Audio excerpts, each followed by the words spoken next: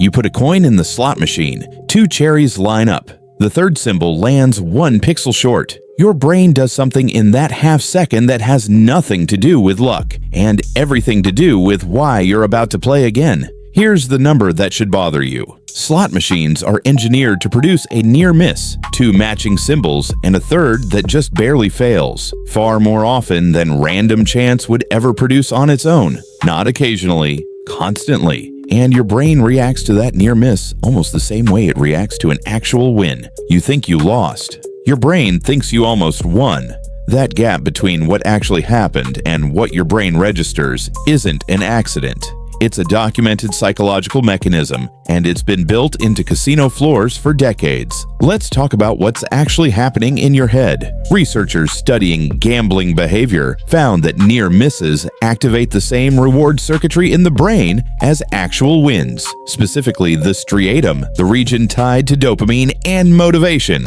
Brain scans of people watching near-miss outcomes show activity almost indistinguishable from watching a real win light up the screen. Your brain isn't built to precisely track win versus loss. It's built to track how close was I, and a near miss reads as dangerously, convincingly close. Here's the part that makes it deliberate rather than coincidental. Slot machines don't generate near misses by accident. The reels are weighted. Certain symbols are placed just above and below the winning line more often than pure randomness would allow. The machine isn't failing to give you cherries. It's succeeding at showing you almost cherries over and over on purpose. This isn't a fringe theory.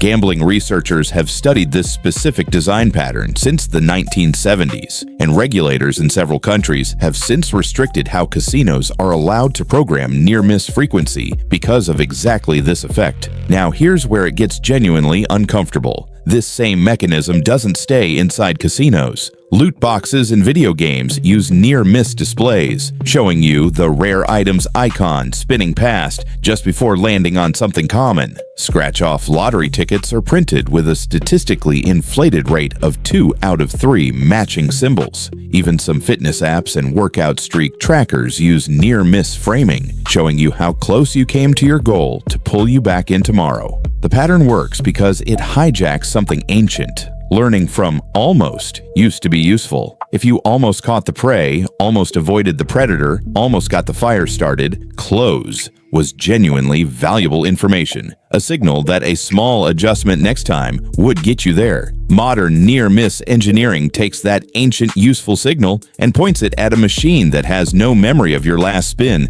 and no relationship between your adjustment and its outcome. Your brain is running a survival algorithm in an environment where that algorithm no longer applies, and whoever designed the machine knows it. So what do you actually do with this? You can't turn off the reward circuitry. The dopamine response happens before you're consciously aware of it. But naming it changes something. Once you know a near miss is a manufactured signal, not information about your odds, that half-second urge to play again has slightly less power over you. Next time you see 2 matching symbols and a third that just misses, notice what you feel. It won't feel like losing. That feeling has a name now, and it was never about how close you came.